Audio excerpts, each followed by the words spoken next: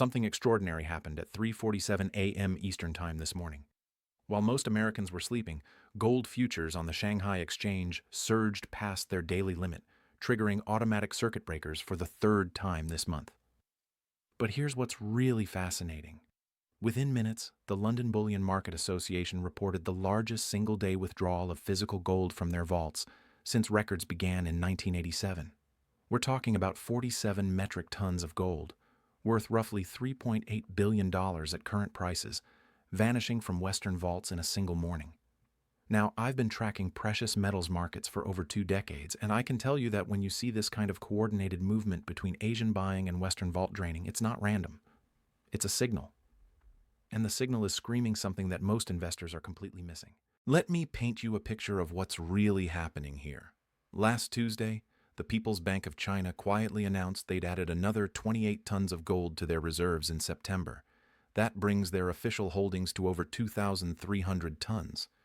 But here's where it gets interesting. Industry insiders I've spoken with estimate their real holdings could be 3 times that amount.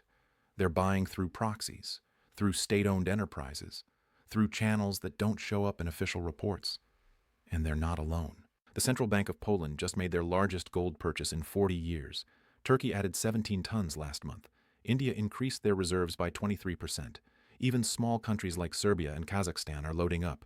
In total, central banks worldwide have purchased over 1,100 tons of gold so far this year, shattering the previous record of 1,082 tons set in 2022. But why? Why are the world's most sophisticated financial institutions, with access to every investment vehicle imaginable, choosing to stockpile physical gold at prices that just broke through $4,100 an ounce? To understand this, we need to go back to a dinner meeting that took place in Basel, Switzerland, about 6 weeks ago. The Bank for International Settlements, that's the central bank of central banks, hosted a closed-door session with representatives from 63 national central banks. The topic? How to navigate what they're calling the Great Monetary Reset. Now, the details of that meeting haven't been made public, but within days of that gathering, we saw a coordinated surge in gold buying that pushed prices from $3,850 to over $4,100 in less than 3 weeks. Here's what they know that most retail investors don't. The global financial system is sitting on a powder keg of $315 trillion in total debt.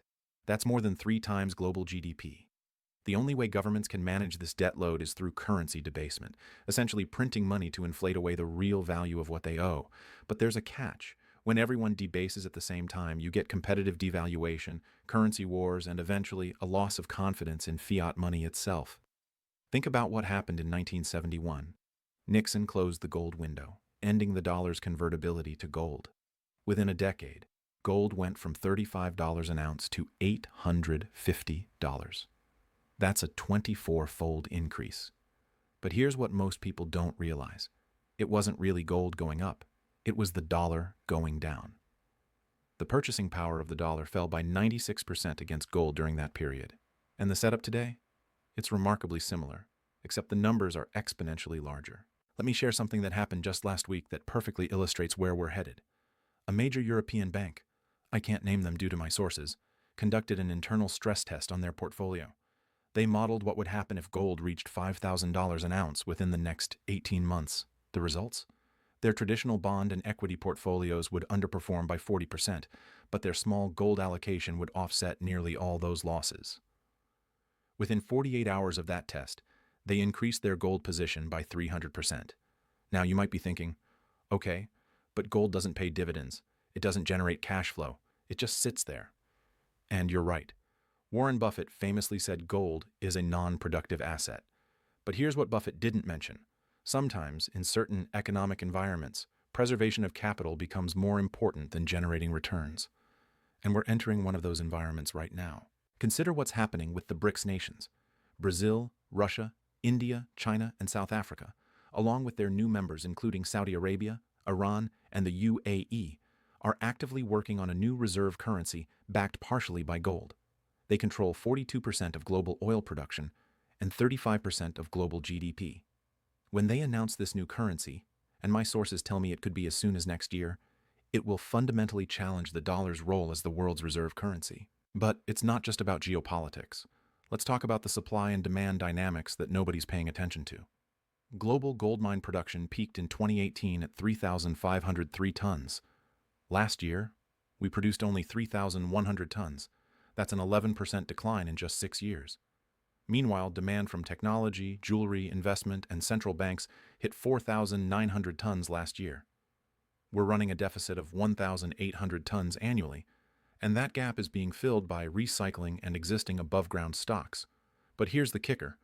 At current consumption rates, we have less than 17 years of economically recoverable gold left in known deposits. I recently spoke with the CEO of a major gold mining company who told me something that sent chills down my spine. He said, "We're not finding new deposits fast enough to replace what we're mining. The easy gold is gone.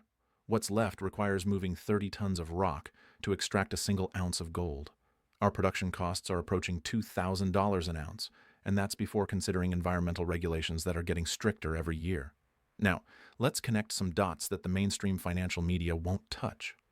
3 weeks ago, JP Morgan Chase quietly changed their private wealth management guidelines. For ultra-high net worth clients, we're talking about people with $50 million or more, they increased their recommended gold allocation from 3% to 10%. Goldman Sachs followed suit 2 days later. Bank of America did the same thing last Monday. When the biggest banks in the world triple their gold recommendations for their wealthiest clients, what does that tell you? Speaking of wealthy individuals taking action, let me mention something that might be relevant to some of you watching. If you have a significant portion of your retirement savings in traditional IRAs or 401ks, there's actually a way to get physical gold into those accounts without triggering taxes or penalties. I put together a free guide that explains exactly how gold IRAs work. It's in the description below. Particularly if you have $100,000 or more in retirement accounts, it walks through the process, the IRS rules, what's allowed, what's not. Worth checking out if you want to explore that option. But let's get back to what's happening right now in the markets. The COMEX, which is the primary futures exchange for gold in the US, is showing something unprecedented. The ratio of paper claims to physical gold has reached 392 to 1. That means for every ounce of physical gold in COMEX warehouses, there are 392 ounces worth of paper contracts. This is the highest ratio in history. The previous peak was 233 to 1 in March 2020, right before gold surged from $1,450 to $2,070 in 5 months. What happens when everyone wants their physical gold at once? The system breaks. And we're seeing early signs of stress already. Premiums for physical gold coins and bars have increased from the typical 3 to 4% over spot price to 8 to 12% in many markets. In some Asian countries, premiums are hitting 15%. Dealers are reporting wait times of 4 to 6 weeks for delivery on popular coins like American Eagles and Canadian Maples. The physical market is tightening while the paper market still pretends everything is normal. Let me tell you about a conversation I had with a Swiss refinery executive last month. Switzerland refines about 70% of the world's gold, so these guys see everything. He told me they're running at maximum capacity, working 3 shifts, 7 days a week, and they still can't keep up with demand. Orders from Asian buyers are backed up for months. But here's the really interesting part. They're seeing a new type of buyer. Corporations are starting to hold gold as a treasury asset. Companies like Tesla, Palantir, and Block have all added gold to their balance sheets in the last year. This corporate buying is a game changer. When public companies start treating gold as a cash equivalent, it legitimizes gold in a way we haven't seen since the 1960s. And it's not just tech companies. Traditional industrial firms, pharmaceutical companies, even some airlines are quietly accumulating gold. They see what's coming. A period of currency instability that could make 2008 look like a picnic. Remember what happened in 2008? The financial system nearly collapsed. Banks failed. Credit markets froze. The Fed had to print $4 trillion to stabilize things. But here's what they don't want you to know. They never really fixed the underlying problems. They just papered them over with money printing and zero interest rates. Now, 16 years later, the bill is coming due. Global debt has doubled. Derivatives exposure has tripled. And the tools they used last time? They're already maxed out. The Fed's balance sheet is still bloated at $7 trillion. Interest rates, while higher than recent years, are still historically low. They don't have the ammunition to fight the next crisis like they did in 2008. And when that crisis hits, and my indicators suggest it could be sooner than most people think, gold won't just be a hedge. It'll be one of the only assets that maintains its value. Let's talk about something that happened in Germany in 1923 that has eerie parallels to today. The Weimar Republic was drowning in war debt. Sound familiar? They decided to print their way out.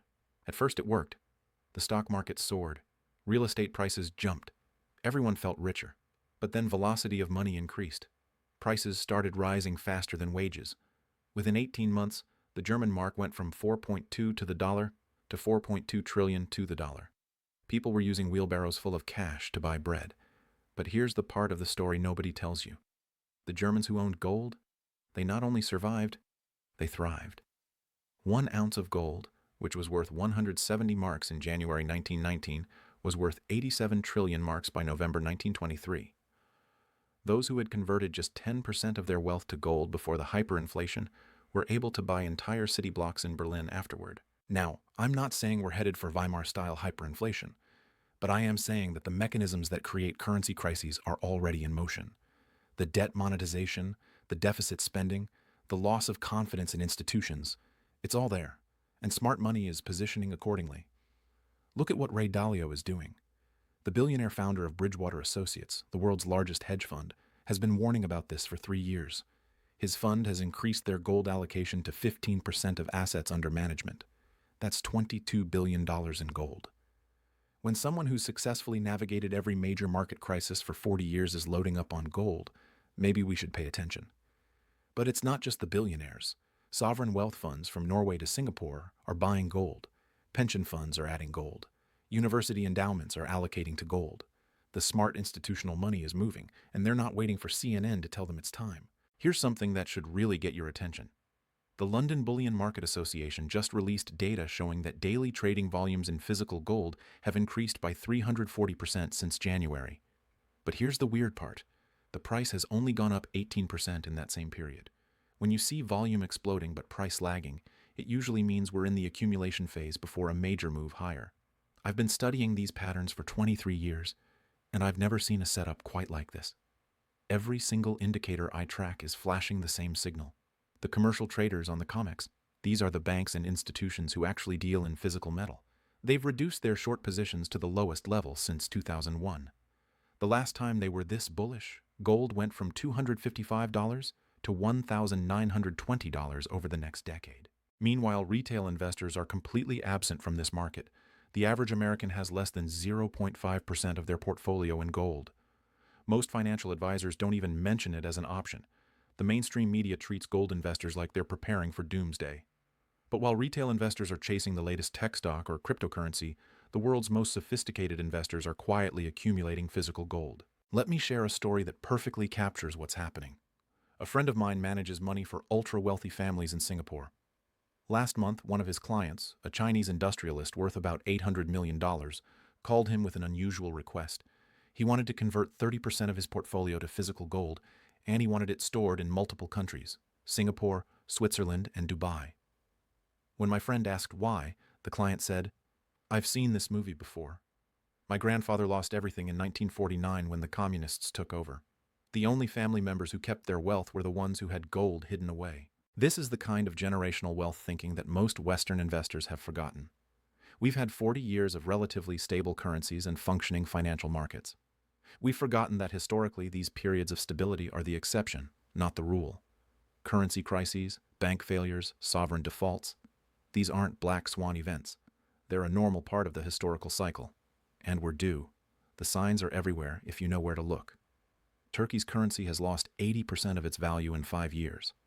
Argentina is experiencing 190% inflation. The Japanese yen just hit a 40-year low against the dollar. The British pound is down 25% from its recent highs. Even the supposedly stable euro is showing cracks. When major currencies are failing in real time, gold becomes the only true international money. But here's what really keeps me up at night.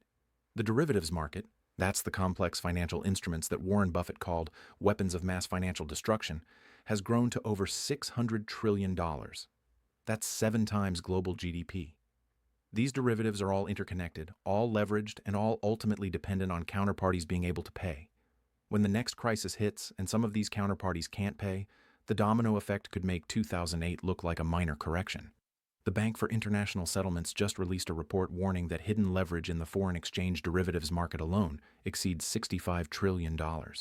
This is debt that doesn't show up on any balance sheet, doesn't get reported in any financial statement, but it's there, lurking in the shadows of the financial system. When it unwinds, and it will unwind, the demand for real assets like gold will be unprecedented. Let me tell you what the insiders are doing. I have a source at one of the major bullion banks who told me they're seeing massive buying from what they call official sector accounts. These are central banks, sovereign wealth funds, and government agencies. But here's the interesting part. They're not buying futures or ETFs. They're taking physical delivery. They want the actual metal in their vaults. Last week alone, 127 tons of gold were withdrawn from COMEX warehouses. That's more than $4 billion worth of physical gold leaving the exchange.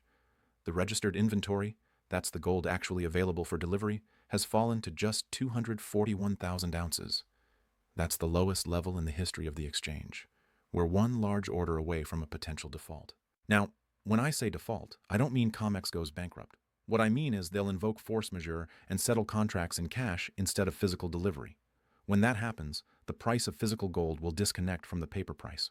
We saw a preview of this in March 2020 when physical gold was trading $100 above the futures price. Next time that spread could be $500 or even $1,000. This is why the Chinese have been so aggressive in their accumulation. They understand that when the music stops, whoever has the physical gold makes the rules. They've been encouraging their citizens to buy gold for years. Chinese consumers bought 280 tons of gold last year alone. They have gold vending machines in their subway stations. They give gold coins as wedding gifts. They understand something that Western investors have forgotten. Gold is money, everything else is credit. The Shanghai Gold Exchange now trades more physical gold than London and New York combined. They've created a parallel pricing mechanism that's based on actual physical delivery, not paper promises. And increasingly, that's the price that matters. When you see Shanghai trading at a premium to London, it tells you physical demand is overwhelming paper supply. But let's bring this back to what it means for you. If you're sitting on a traditional portfolio of stocks and bonds, you're essentially betting that the current system continues functioning normally, that central banks can keep printing money without consequences, that governments can keep borrowing without limits, that the dollar maintains its reserve status forever. Those are some pretty big bets. Gold isn't really an investment. It's insurance. It's insurance against currency debasement, against systemic failure, against geopolitical shocks. And right now, that insurance is still relatively cheap. Yes, gold is at $4,100 an ounce. But adjusted for real inflation, not the manipulated CPI numbers, but real inflation including housing, healthcare, and education, gold should be closer to $7,000 an ounce just to match its 1980 peak in today's dollars. The gold-to-oil ratio is telling us something important too. Historically, 1 ounce of gold buys about 15 barrels of oil. Right now, it buys 52 barrels. Either oil is incredibly cheap, or gold is getting ready to play catch-up.